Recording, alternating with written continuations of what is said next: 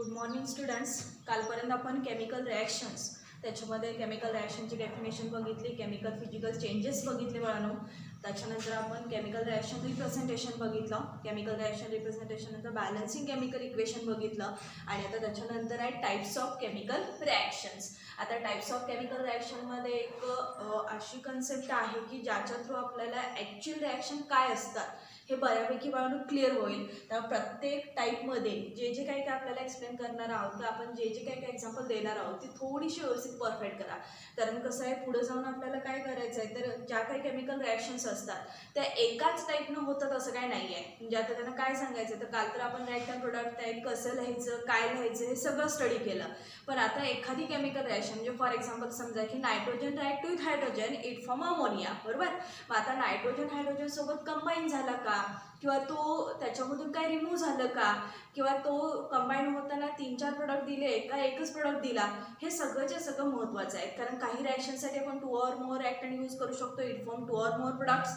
काही रिॲक्शनसाठी single reactant react to form single product. Conversation पण रिॲक्शन असतात, म्हणजे याच्यातलं फक्त त्याच्यात कन्वर्ट करायचं. काही वेळेला ते कंबाईन होतं, कॉम्बिनेशन रिॲक्शन असतात. काही वेळेला त्याच्यामधून सबस्टिट्यूट काहीतरी होतं, रिप्लेसमेंट रिॲक्शन असते, डिस्प्लेसमेंट रिॲक्शन असते. मग आता हा जो सगळा प्रकार आहे हा ओव्हरऑल सगळ्या रिॲक्शन ज्या आहेत ह्या कुठल्या ना कुठल्या तरी टाईपमध्ये डिव्हाइड असतात बघा, म्हणजे कुठल्या ना कुठल्या तरी टाईपमध्ये आपल्याला ह्या मिळतील. मग आता तसं जर असेल तर पहिलं काय केलं पाहिजे, आपल्याला त्याचं क्लासिफिकेशन केलं पाहिजे. मग त्यालाच काय बोललं जातं, टाईप्स ऑफ केमिकल रिॲक्शन्स. टाइप्समध्ये क्लासिफिकेशन जे आहे ते this classification based on nature and number of reactant and product. एक म्हणजे रिॲक्टंट प्रोडक्टच्या नेचरवरती पण हे सगळं डिपेंड असतं, आणि दुसरं सगळ्यात महत्त्वाचं number of reactant and product. रिॲक्टंटचे किती नंबर ऑफ मोल्स आपण रिॲक्शनसाठी घेतलेत, इव्हन प्रोडक्टचे किती मोल्स मिळालेत, याच्यावरती पण ते क्लासिफिकेशन डिपेंड आहे. तर आता आज आपण या लेक्चरमध्ये टोटल 4 टाईप आपण ह्याच्यामध्ये बघणार आहोत. त्यातले पहिले 2 टाईप्स जे आहेत ते आज आपण लेक्चरमध्ये स्टडी करणार आहोत. त्याच्यामध्ये पहिला टाईप आहे आपला कॉम्बिनेशन रिॲक्शन. त्याचा जर नेम बघितला तर त्या नेममधूनच जवळपास आपल्याला त्याची क्लिअरिटी येते. कॉम्बिनेशन रिॲक्शन म्हणजे काय असणार आहे, कॉम्बिनेशन असणार आहे, म्हणजे कंबाईन करायला लागणार. साधी सिंपल कन्सेप्ट आहे, त्याच्या डेफिनेशनमधूनच तुम्हाला तो पॉईंट क्लिअर होईल. Combination reaction means combines of 2 or more reactant, बरोबर. आता बघ या डेफिनेशनमध्ये काय सांगितलं आहे. ह्या ज्या डेफिनेशन आहेत त्या डेफिनेशन करेक्ट डेफिनेशन पाहिजे, परफेक्ट पाहिजे. याच्यातलं एकही वर्ड इकडचं तिकडं हलवता कामा नये. ह्या अशा डेफिनेशन परफेक्ट पाहिजे. कारण डेफिनेशनचे मार्क्स जे असतात बाळांनो ते जशी डेफिनेशन आहे तसेच लिहिली तरच ते मार्क्स मिळतात. आपल्या लँग्वेजमध्ये डेफिनेशन टर्न करायची नाही. आता काय सांगितले बघूया. फेन 2 or more रिॲक्टंट, काय सांगितलं त्यांनी, when 2 or more reactant combines, when 2 or more reactant combines in a reaction to form single product. काय सांगितलंय, to form single product are called as combination reaction. आता साधं सिंपल डेफिनेशन मधून जरासं बाहेर या.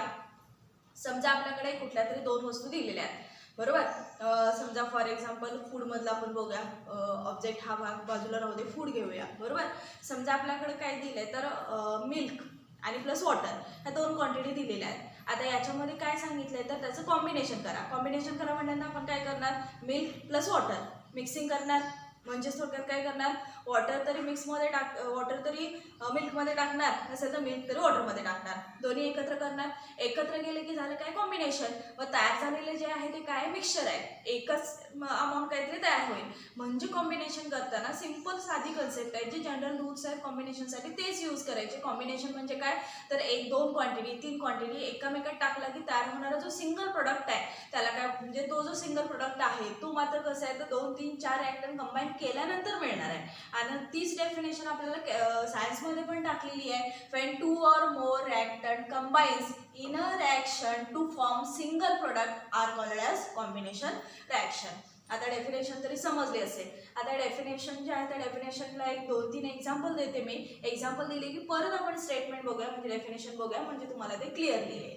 आता पहिलं सगळ्यात महत्त्वाचं काय सांगितले त्यांनी, तर 2 or more reactants combines to form single product. For example समजा की आपल्याकडे अमोनिया आहे. Ammonia in the form of gaseous state, बरोबर, react with HCl hydrochloric acid. हा मेंबर काय आपला ammonia react with hydrochloric acid आहे ते बाळांनो. It gives ammonium chloride. It form salt. एक सॉल्ट मिळतं, नेम आहे त्याचं काय, अमोनियम क्लोराईड. आता ते कसं मिळणार बघा, अमोनियामध्ये एसिड टाकलात की काय होणार, हा हायड्रोजन ॲटम याच्यामध्ये कंबाईन होईल आणि इट फॉर्म NH4 आयन आणि त्याच्यासोबत काय राहील, हा पुढचा क्लोरीन तसाच येईल. बघा आता दोन्ही रिएक्टंट कंबाईन केले का नाही, means 2 reactant chemically combined to form single product ammonium chloride. Ammonium chloride. These reaction are called as combination reaction. बघा आता परत एकदा अमोनिया घेतला, त्याच्यामध्ये हायड्रोक्लोरिक ऍसिड टाकलं, it form ammonium chloride. This ammonium chloride in the form of solid state मधलं तुम्हाला काय मिळालं मी सांगितलं मी, सॉल्ट. तर सरळ सिंपल आहे, 2 रिएक्टंट घेतलेत, केमिकली कंबाईन केले, इट फॉर्म सिंगल प्रोडक्ट. समजा अजून एखादं एक्झाम्पल घ्यायचं असेल तरी घेऊ शकताय. समजा आपण मॅग्नेशियम घेतलं, त्याच्यासोबत जर समजा ऑक्सिजन कंबाईन केला, मॅग्नेशियम घेतला, समजा Mg फॉर्म्युला आहे त्याचा, प्लस त्याच्यासोबत आपण काय केलं, oxygen in the form of gas, in the form of solid, it gives magnesium oxide, MgO असा फॉर्म्युला आहे. आणि हा फॉर्म्युला बॅलन्स करायसाठी O2 आहे म्हणजे ट्वाईस लागणार, म्हणजेच आपल्याला ट्वाईस Mg लागणार. आता पण जर बघितला तर 2 रिएक्टंट आहेत, 2 reactant, first magnesium combines with oxygen, it form magnesium oxide. मिळालं काय प्रोडक्ट म्हणून, त्याच्यापासून आपल्याला मॅग्नेशियम ऑक्साईड नावाचा प्रोडक्ट मिळाला. आता ह्या दोन्ही रिएक्शनमध्ये तुमच्या लक्षात आलं असेल, when ammonia react with hydrochloric acid, hence 2 reactants chemically combines, it form ammonium chloride, single product. पुढं, when 2 reactant, first magnesium metal combines with oxygen, it form magnesium oxide, single product. ह्या दोन्ही रिएक्शनवर लक्षात आलं असेल की कॉम्बिनेशन म्हणजे जे काही आपल्याकडे रिएक्टंट आहेत ना, नंबर ऑफ रिएक्टंट, ते फक्त काय करायचे, कंबाईन करायचे, इट फॉर्म सिंगल प्रोडक्ट. पुन्हा अजून एखादं एक्झाम्पल बघूया त्याच्यामध्ये. समजा आपल्याकडे कॅल्शियम ऑक्साईड दिलंय, म्हणजे कॅल्शियमचं ऑक्साईड दिलेलं आहे CaO, कॅल्शियम ऑक्साईड असं नेम आहे त्याचं, कॅल्शियमचं ऑक्साईड आहे हे. This calcium oxide react with water, liquid वॉटरवर रिॲक्ट केलं, it form calcium hydroxide, CaOH twice. आता हा कसं काय रिॲक्शन बॅलन्स झाली बघूया. हा ऑक्सिजन आयटम इकडे टाका, 2 हायड्रोजन झाले, 2 ऑक्सिजन आयटम झाले आणि कॅल्शियम सिंगल आहे. कॅल्शियम आहे असं लिहिला आणि ब्रॅकेट टाकून काय केलं मी, 2 टाइम्स लिहिलं, म्हणजे oxygen 2 item, hydrogen 2 item balance आहे. आणि याचं नेम आहे calcium oxide, but this name are calcium hydroxide. बरोबर. आता तिन्ही एक्झाम्पल जे आहेत ते तिन्ही एक्झाम्पल बघितलात. फर्स्ट एक्झाम्पल आहे 2 reactant chemically combines to form single product. Second example बघितला 2 reactant chemically combines to form single product. Third one आहे 2 reactant chemically combines to form single product. तिन्ही रिएक्शनवरून लक्षात आलं असेल तुमच्या, हे तिन्ही रिएक्शन जे आहेत त्या तिन्ही रिएक्शन कशा आहेत तर जे काही रिएक्टंट आहेत ते 2 or more रिएक्टंट असू शकतात. आता 2 reactants chemically combine to form single product, म्हणजे डेफिनेशन क्लिअर झाली का बघा. when 2 or more reactant combines in a chemical reaction to form single product are called as combination reaction. बरोबर. फक्त कॉम्बिनेशन करायचं, रिएक्शन जे आहे ती कंप्लीट होईल. तिन्ही एक्झाम्पल व्यवस्थित परफेक्ट करा. एक्झाम्पल जे आहे ती समजले असेल, त्या प्रॉब्लेम असेल तर बघा त्याच्यामध्ये, आणि येणार नाही शक्यतो, कारण फक्त रिएक्टंट घ्यायचे आहेत आणि केमिकली कंबाईन करायचे आहेत. हा झाला पहिला टाईप. टाईप जे आहे ते सिम्पल आहे बघून, फक्त एक कन्सेप्ट परफेक्ट करत आपल्याला पुढं जायचं आहे. आता याच्यामधला दुसरा टाईप आहे, ही झाली पहिली रिएक्शन केमिकल कॉम्बिनेशन. याचा दुसरा टाईप आहे तो आहे डिकम्पोजिशन रिएक्शन. आता कॉम्बिनेशनला काय केलं, when 2 or more reactant chemically combine केले. आता काय करायचं, डिकम्पोजिशन. डिकम्पोजिशनचा दुसरा एक अर्थ असा होतो की ब्रेकडाऊन, म्हणजे सिंगल रिएक्टंट असेल ना तर त्याचे नंबर ऑफ पार्ट्स बनवायचे आहेत, तर त्याला काय बोललं जातं, डिकम्पोजिशन रिएक्शन. आता याच्यामध्ये ना पहिल्यांदा मी एक्झाम्पल देते आणि मग आपण डेफिनेशन बघूया. समजा आपल्याकडे काय आहे तर कॅल्शियम कार्बोनेट आहे. फॉर एक्झाम्पल समजा की आपल्याकडं कॅल्शियम कार्बोनेट आहे CaCO3. बरोबर. दिस कॅल्शियम कार्बोनेट ऑन हिटिंग, थोडंसं याला काय करूया आपण तर हीट करूया. हा सॉलिड स्टेटमध्ये आहे, थोडंसं हीट करूया त्याला. On heating it gives calcium oxide in the form of solid state plus आता O3 मॉलिक्यूल आहे. बरोबर ना. पाठीमागे काय कार्बन आहे, तर ह्याच्यातला हा कॅल्शियम जो आहे तो याच्यातला एक ऑक्सिजन घेणार, कॅल्शियम ऑक्साईड बनवणार. शिल्लक काय राहिलं बनवलं तर CO2 शिल्लक राहिला, म्हणजेच तो CO2 in the form of gas. म्हणजे याच्यामध्ये हा अपवर्ड ॲरो देऊ शकतो आपण. गॅसियस स्टेट मेंबर आहे हा मिळताना सॉलिड मिळाला, हा पण आपला सॉलिड आहे. आता या रिॲक्शनमध्ये तुमच्या लक्षात येते का बघा, आपल्याकडे सिंगल रिॲक्टंट होता. मग अशी कसं होतं, when 2 or more reactant chemically combines to form single product. आता ह्याच्यामध्ये काय आहे तर आपल्याकडे सिंगल प्रोडक्ट रिॲक्टंट आहे. म्हणजे याचं नेम काय, कॅल्शियम कार्बोनेट असे याचे नेम आहे. It form calcium oxide and carbon dioxide in the form of gas. आता रिॲक्टंट जो आहे तो सिंगल आहे, बट इट फॉर्म 2 प्रोडक्ट्स. काय मिळाले आपल्याला, 2 प्रोडक्ट्स मिळाले. आता पुन्हा अजून एक एखादं एक्झाम्पल त्याच्यामध्ये बघूया. समजा आपल्याकडे हायड्रोजन पेरॉक्साईड आहे. समजा H2O2. हायड्रोजन पेरॉक्साईडचा फॉर्म्युला जो आहे तो आज नवीन आहे. हायड्रोजन पेरॉक्साईड म्हणजे H2O पासूनचं एक H2Oचं किंवा हायड्रोजनचं कंपाऊंड म्हणायला काय हरकत नाही. ते कसं असणार आहे, ते in the form of liquid असणार आहे. ऑन डिकम्पोजिशन म्हणजे थोडंसं याला जसं हीट केलं तसं यालाही हीट केलं की इट फॉर्म वॉटर. याच्यामधून आहे ना एक वॉटर मॉलिक्यूल रिलीज होईल. समजा आपण याच्यामधून एक H2O रिलीज केला, प्लस शिल्लक राहते बाळू एकच ऑक्सिजन. एकटा ऑक्सिजन ॲटम कधीही नसतो. मग असं जर असेल तर आपल्याला काय करायला लागणार, रिॲक्शन 2 टाइम्स बॅलन्स करूया. म्हणजे याच्यामधून टॉईस H2O रिमूव्ह होतील, शिल्लक राहिले 2 oxygen item in the form of gas. हे मिळालं लिक्विड स्टेटमध्ये, हे मिळालं गॅसियस स्टेटमध्ये. आता ही पण रिॲक्शन जर बघितली ना तर आपल्याकडे सिंगल रिॲक्टंट होता.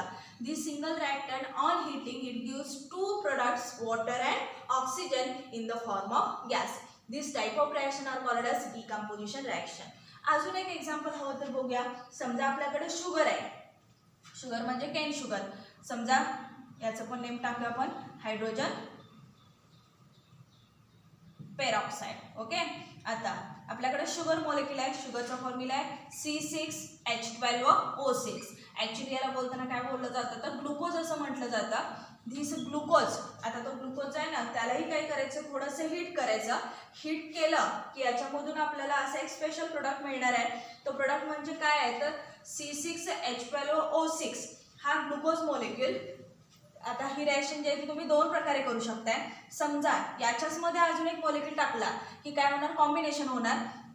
ग्लुकोजचं जे काय असेल ते ब्रेकडाऊन घेतलं तरी चालेल, नसेल तरी तुम्हाला कार्बोहायड्रेट म्हणून जो काही शुगर मॉलिक्यूल आहे त्याचं ब्रेकडाऊन घेतला तरी चालेल. आता दोन्ही मी रिॲक्शन करून दाखवते. पहिल्यांदा ग्लुकोजसाठी बघूया. तर याच्याकडे काय बनवून 12H आहे, 6 ऑक्सिजन आहे. Means it form 6H2O molecule. त्याच्यातून काय मिळाले, 6H2O मॉलिक्यूल मिळाले. म्हणजे 12 हायड्रोजन कसे झाले, 6 × 2 12 आणि 6 ऑक्सिजन झाले का बघा. H12O6 कंप्लीट झालं. शिल्लक काय राहिले त्याच्याकडे, आता 6 कार्बन आयटम शिल्लक आहे. म्हणजे याच्यातून लिक्विड फॉर्ममध्ये वॉटर आणि सॉलिड फॉर्ममध्ये तुम्हाला काय मिळेल, कार्बन मिळेल. आता it is one of the type of decomposition reaction. ग्लुकोजचं आपण काय केलं, डिकम्पोजिशन केलं. समजा तुम्हाला हेच एक्झाम्पल शुगर केनसाठी द्यायचं आहे. त्याच्यामध्ये C12H22O11 असा फॉर्म्युला आहे त्याचा.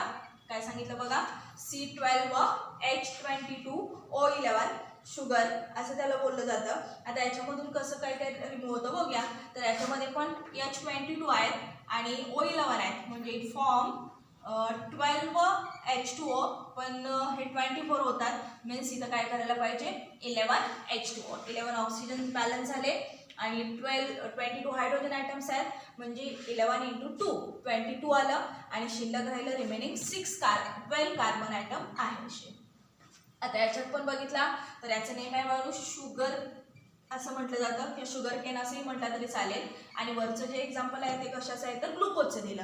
आता ही पण रिॲक्शन बघितलं तर 1 reactant to form 2 product, 1 reactant to form 2 product, 1 reactant 2 product, 1 reactant 2 product. आता डेफिनेशन कशी असणार आहे, सेम पहिल्या याच्यासारखीच डेफिनेशन आहे. आता कसं येणार बघा, the chemical reaction in which 2 or more product formed. आता काय सांगितलं सरळ, in which 2 or more product formed by single reactant. म्हणजे आता रिॲक्टंट आपला कसं आहे, सिंगल आहे. It form 2 or more products are called as decomposition reaction. परत एकदा डेफिनेशन बघा, the chemical reaction in which 2 or more product formed by single reactant are called as decomposition reaction. याच्या बरोबर अपोजिट रिॲक्शन होती म्हणून combination reaction. त्या रिॲक्शनमध्ये when 2 or more reactant chemically combines to form single product. आणि इथं मात्र काय सांगितलं, the chemical reaction in which 2 or more product formed by single reactant are called as decomposition reaction. आता दिलेली एक्झाम्पल सगळीच्या सगळी बघा, सिंगल रिॲक्टंट आहेत आपले, त्याच्यापासून 2 or more प्रोडक्ट फॉर्मेशन होतात. मग आता तिथं काय मिळतात आपल्याला 2च प्रोडक्ट मिळतात. असं काही नाही आहे की एक्झाम्पल देताना अजून बाकीचे एक्झाम्पल जे आहेत त्याच्यामध्ये 3 काही वेळेला प्रोडक्ट मिळतात. असं काही नाही की 3 प्रोडक्ट मिळायलाच पाहिजे, 2 प्रोडक्ट्स मिळायलाच पाहिजे, असं काही नाही आहे. फक्त काय असायला पाहिजे, आपला रिॲक्टंट जो आहे तो सिंगल असायला पाहिजे. आणि मगाच्या डेफिनेशनमध्ये काय असायला पाहिजे, प्रोडक्ट जो आहे तो सिंगल असायला पाहिजे. म्हणजे कॉम्बिनेशन म्हणजे आपण सगळं मिक्स करून एकच पार्ट बनवतो, आणि डिकम्पोजिशन म्हणजे 1 2 3 4 पार्ट जे आहेत ते बनवण्यासाठी सिंगल रिॲक्टंट लागते. म्हणजे एकच कंपाऊंड असेल तर त्याचं आपण ब्रेकडाऊन करणार, ब्रेकडाऊन केलं की काय मिळणार, तेवढे नंबर ऑफ पार्ट्स तुम्हाला मिळणार. 2 3 4 काय असेल ते रिॲक्शनमध्ये तुम्हाला रिॲक्टंट प्रोडक्ट जे आहेत ते फॉर्मेशन मिळतील. म्हणजे सिंगल रिॲक्टंट मोर प्रोडक्ट, मगाच्या ह्याच्यामध्ये मोर रिॲक्टंट सिंगल प्रोडक्ट. समजलं? दोन्ही डेफिनेशन जे आहेत ते सिंपल आहेत. एक 2-3 एक्झाम्पल त्याच्यामध्ये दिलात की हा पार्ट जो आहे तो तुमचा परफेक्ट होईल. त्याच्यामध्ये काय शंका आहे का बघा. समजलं? त्याच्यानंतर आता पुढचे 2 टाइप्स आहेत. त्याच्यामध्ये पुढचा जो आहे तो displacement reaction and double displacement reaction. त्या ज्या रिॲक्शन आहेत त्या उद्याच्या लेक्चरला आपण स्टडी करू. इथंपर्यंत काय शंका आहे का बघा.